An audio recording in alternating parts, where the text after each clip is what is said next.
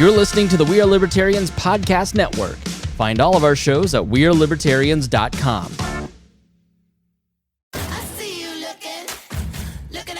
Hey loves, Haley Steinfeld here. Let's be real. When I'm on the red carpet, everyone wants to know whose dress I'm wearing. But here's the thing. We're so focused on those details, we're missing something that's actually way more important. Breast health. It's wild. Breasts get so much attention, but they're still so ignored when it matters most. Don't know what I'm talking about? Tune in on February 9th and visit yourattentionplease.com. That's yourattentionplease.com. See you then. You found your person. Now let the Knot help you with everything else. The Knot connects you to the wedding inspo, vendors, venues, and planning tools you need to make your day totally you. Having helped plan 25 million weddings, we've got your back when it comes to every little detail like RSVPs, budgets, and more. Because your wedding comes to life with the connections that matter the most. Get started at theknot.com/audio. The Knot. Let's plan your wedding together. Hey everybody, welcome to the Chris Spangle Show. My name is Chris Spangle, and it is great to be with you today.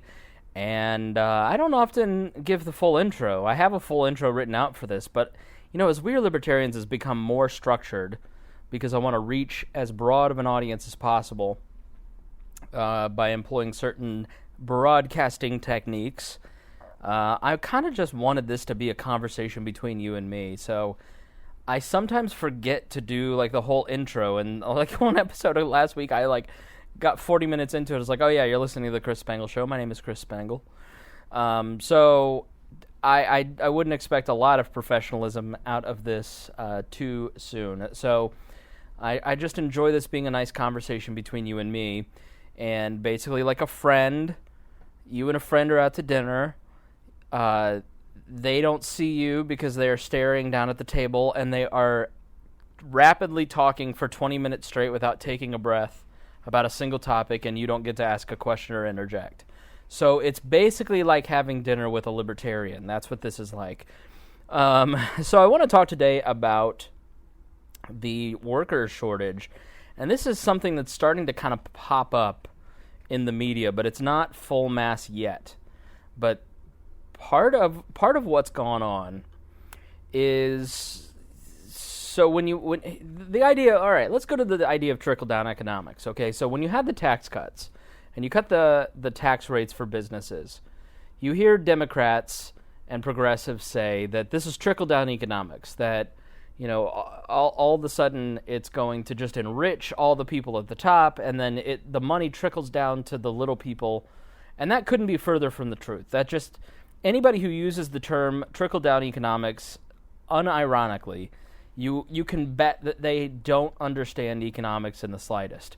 So the way that it actually works is that when you cut the tax rates for corporations, you end up spurring on investment, and the money goes to workers first, because when you have this extra pool of money as a company, you want to grow your company. And so if you want to grow your company and do new things, then you need help. And so the first thing you do when you put plans together is hire. Before you buy the equipment for those people even, you hire people and you line up employment.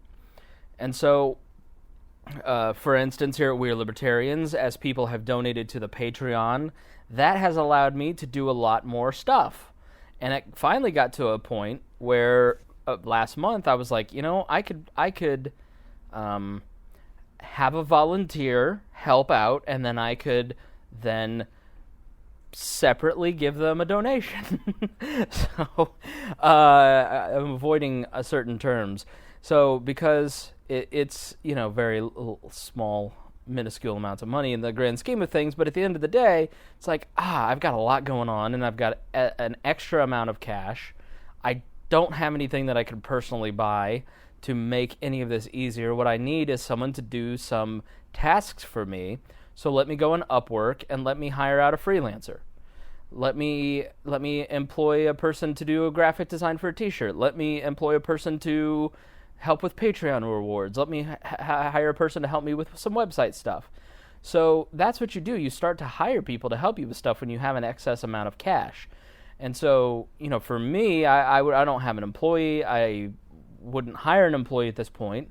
But as more money comes in, I'm able to hire people who are more skilled in certain areas to do things for me to help me grow my business. Now, on a mass scale for a major corporation, when those companies don't have to pay that extra income, that extra money in taxes, then they're left with profits, of course, but what do they do with profits often? They put it back into the company. They buy better equipment for their workers, they pay their workers more, or they hire new employees and new workers. Or they plan new big projects that allow them to revise a certain wing of their building, so they hire construction workers.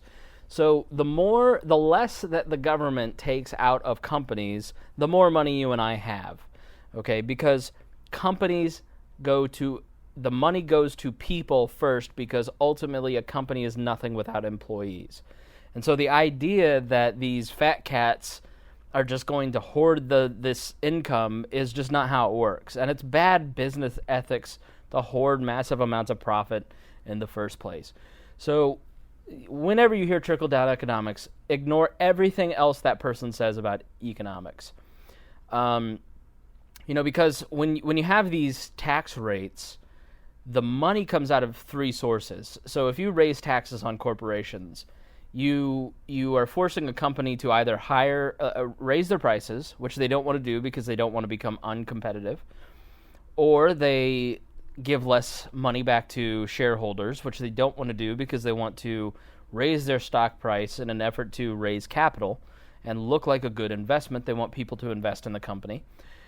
Or three, they take it out of the labor force. They either don't replace a worker that just left or retired, they don't give pay raises. And so when you're mad about how little a Walmart worker is paid, it's because they pay a lot in taxes. They pay a lot in payroll taxes, for instance, or corporate taxes, or workforce development taxes, or all these other taxes. And so workers would end up being paid more if they didn't have to pay so much in corporate taxes. So when the Congress cut that corporate tax rate in December of last year, companies immediately started giving bonuses of $1,000 to employees in AT&T's case, or planning more projects, or using that money to build their business. And so unemployment has now become 3.6%. It's incredibly low. It is the lowest that I can remember. I mean, I remember when people were freaking out about us hitting 5% unemployment in the Bush era, and how great that was. And so we're hitting record levels of unemployment, not just in the overall economy, but also, as Trump likes to point out, in minority communities. And so there is a glut of workers. And, I had someone say, why is the service... I was talking to a friend, and they went to this restaurant, and the service was super slow. And they go, why is the service so slow? And the person says, we literally cannot find anybody to work here. We cannot hire anyone. And they said, is it just because people aren't good workers? They said, no, it's literally nobody's applying because there's too much unemployment. So the other thing that plays into this is the Trump administration's cut down on illegal immigration. On immigration, period. Not just illegal immigration, but immigration, period. And so this is actually hurting the economy, because if a company can't find the necessary labor force to execute their plans, to give good service, then that leads to a decline in profits, which leads to a decline in employment and a decline in purchases to help build new aspects of the business. So for me, a decline in Patreon revenue would mean I'd have to cut a few of these services, because like these $20 a month subscriptions all add up. So then I have to cut a few subscriptions, which means I'm offering less service to you, and then that person is receiving less money on their end, so they're laying off employees, their business is hurt, and you have growth slowing. So the New York Times on Monday had an article called "Companies Say Trump is Hurting Business by Limiting Legal Immigration." So let me read a little bit of this and make the case that immigrants, period, are good for the labor force and good for our economy. So the New York Times writes, the Trump administration is using the country's vast and nearly opaque immigration bureaucracy to constrict the flow of foreign workers into the United States by throwing up new roadblocks to limit legal arrivals. The government is denying more work visas, asking applicants to provide additional information, and delaying approvals more frequently than just a year earlier. Hospitals, hotels, technology companies, and other businesses say they are now struggling to fill jobs with the foreign workers they need. With foreign hires missing, the employees who remain are being forced to pick up the slack. Seasonal industries like hotels and landscaping are having to turn down customers or provide fewer services. Corporate executives worry about the long-term impact of losing talented engineers and programmers to countries like Canada that are laying out the welcome mat for skilled foreigners. In April 2017, President Trump signed a Buy America and Hire American executive order directing government officials to rigorously enforce immigration laws. The order did not get the kind of attention that followed the administration's decision to separate families at the Mexican border this summer. A few months later, the president endorsed legislation that would cut legal immigration by half.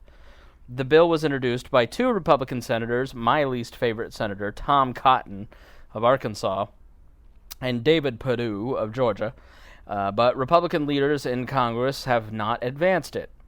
In practice, businesses say the increased red tape... Let me make that point clearer.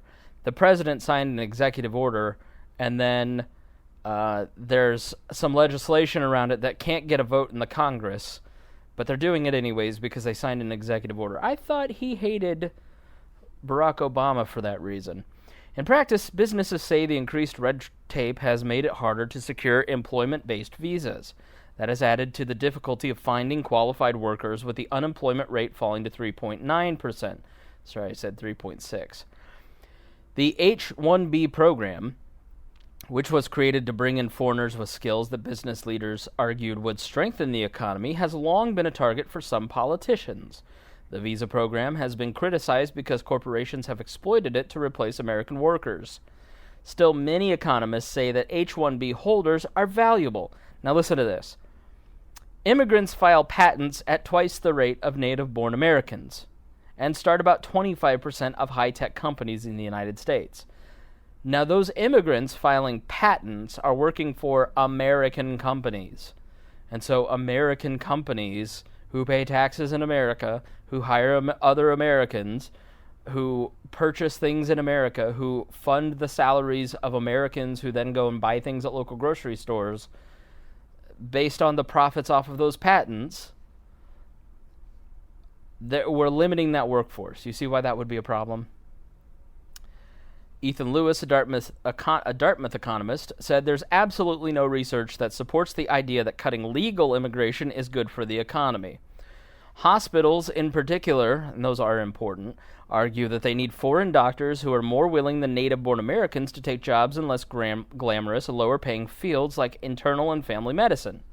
Of Northwell's 1,800 resident doctors, 165 came in under H-1B or J-1 student visas. Our nation's ability to care for patients is dependent on international medical graduates, Dr. Yacht said. I've truncated this, so I don't know who Dr. Yacht is, to be honest. But Dr. Yacht, and it's spelled just like the boat. That's a funny name. That's what I want to be when I grow up. Dr. Yacht. Like, that's my dream in life, is I want to be Dr. Yacht. Like, I don't want to doctor yachts. I just want to have a yacht and then be called doctor. And I'll get one of those phony baloney doctorates that, like, Bill Cosby has. Actually, I think he actually got a doctorate, and probably something respectable. The respected Bill Cosby. The effect of lower-skilled immigrants is more debatable. George Borjas, a Harvard economist, has found that an influx of such workers reduced the incomes of people without a high school degree between 3 and 5%. Okay, so unskilled labor lowers the wages of people without a high school degree between 3 and 5%. Okay, so $3 out of 100. That's not a big number, right?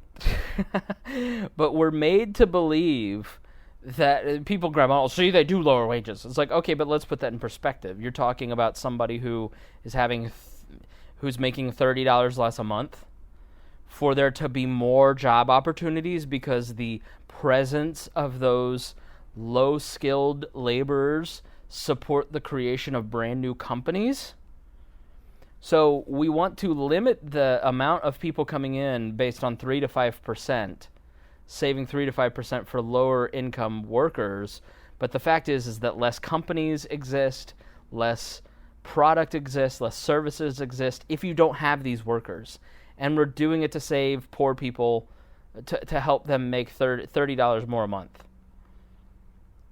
So when in reality, that should be an incentive to get your high school diploma. So I'm sorry, I just don't have much sympathy for limiting the amount of companies and economic growth that we could have if we allowed legal immigrants to come in and work, even at the low-skilled wages, because poor people aren't making $30 more a month.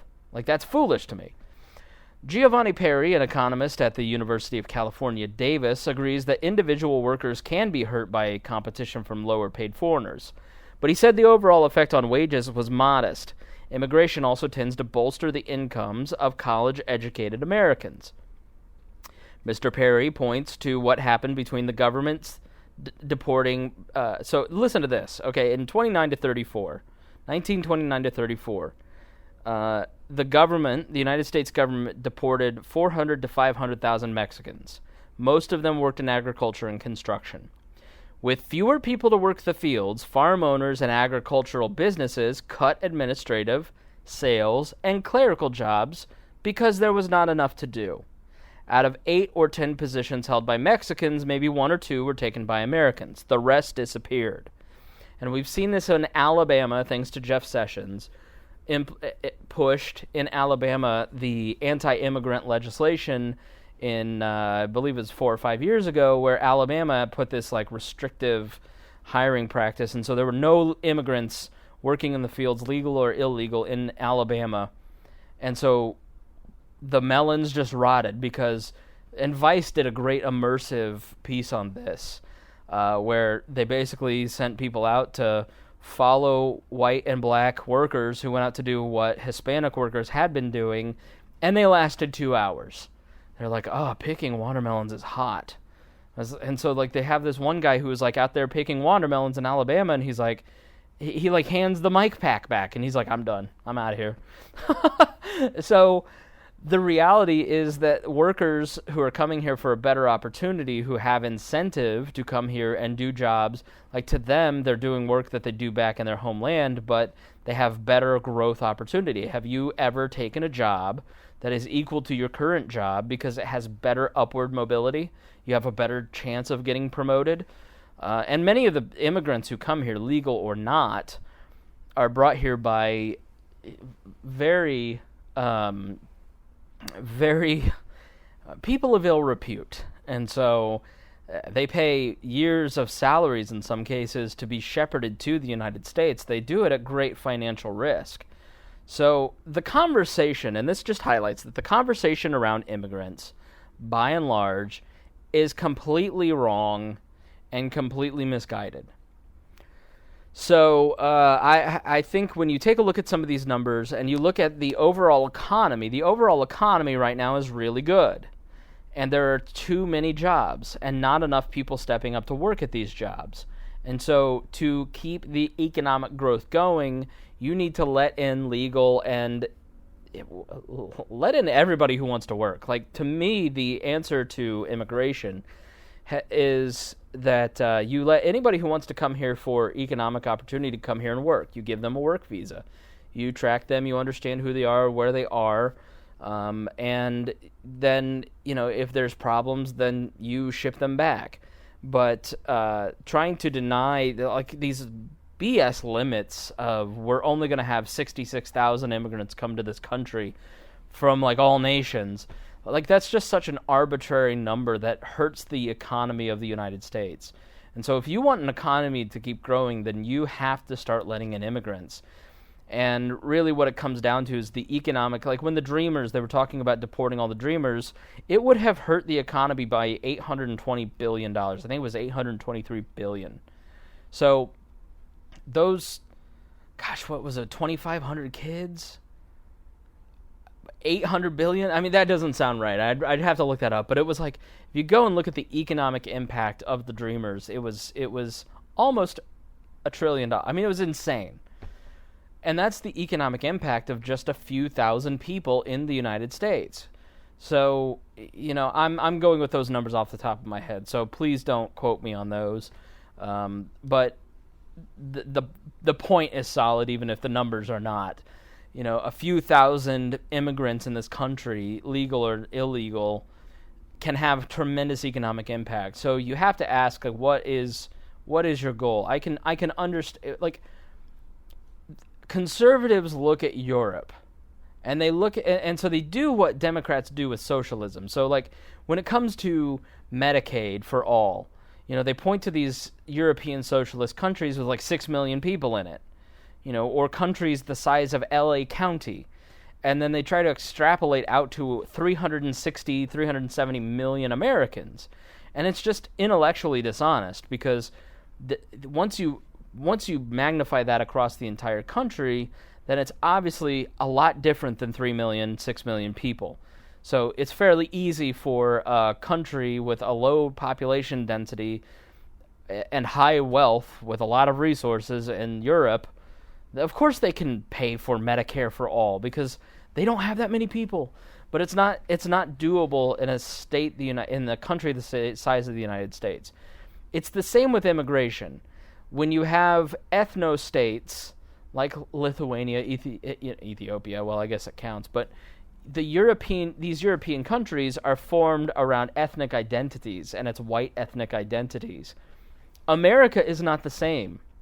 You can't compare 1 million Syrian refugees going into a country the size of Germany that is ethnically German or historically German and pretend that is what's going to happen in the United States. The United States has a history of multiculturalism from the very beginning. So it is a complete false dichotomy that is formed by conservatives. I don't want to let terrorists in. I agree with you. But at the end of the day, letting Syrian refugees in is going to be a net positive for the United States. You're never going to make us completely safe from terrorism, but a terrorist is less likely to be a terrorist if they can come here, get a job, have a family, and then maybe they won't want to blow themselves up. Like, money has a funny way of doing things positively for the world.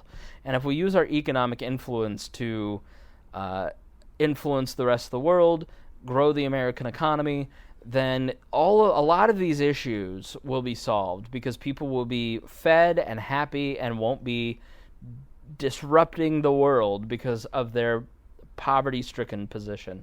So I just think conservatives, by and large, are wrong on the way that they approach the arguments and the facts around immigration. And you always have to really double-check what they're saying because the reality is a lot of times they're just not telling the truth, whether it's intentionally or not. All right, so thanks for listening to this episode of The Chris Spangle Show. I am sending out a nightly email at 9 p.m., so anytime we update the website, 9 p.m., that is going to hit your inbox, and you're going to get a recap of our posts from that day, all the different shows, including Tad Talk, Boss Hog of Liberty, The Brian Nichols Show, our new video series, Fundamental Freedoms, Upward, Political Training, which has great... I don't know if you've listened to the Upward podcast, which you can get at wearelibertarians.com. I have hiccups. I've had hiccups for 24 hours now. I should look in the mirror and scare myself. It's a dad joke for you. But if you go and get all of our podcasts, most days I'm going to be putting a lot of content into the Chris Spangle Show post. A lot of news, a lot of links. Some days I can't get to it, and that's just the way that it is. If enough of you donated on Patreon at a high enough amount, that I could do this full time, then I would be more consistent in giving you more information than you'll ever be able to handle, and provide the libertarian movement with more content and resources than they can handle. I think I've shown that over the last 10 years when I'm doing it part-time here. But so I'm not going to always be consistent with a lot of those links in the show notes. I apologize for that. But if you do go and look at the show notes for, just go check out the website every day, honestly, because we're posting stuff every day. If you forget, get the email newsletter. I think it's really important for content creators to really drive people to their email newsletter. Even if you don't open it, which it's cool if you do, because I'd love you to see the content that we're producing. But in the age of social media clamping down on certain things, email is going to be a way. The email and the website and this podcast and our feeds, those are the ways that we're going to be able to communicate with you no matter what. So make sure you subscribe to the podcast feeds. Make sure that you get the email newsletter. Make sure you bookmark We Are Libertarians. And so it doesn't matter what a social network can do to either you or me, we will be able to talk to each other, and that is very important to me and hopefully important to you. So, all right, thanks for listening to this episode of The Chris Spangle Show, and I will see you tomorrow.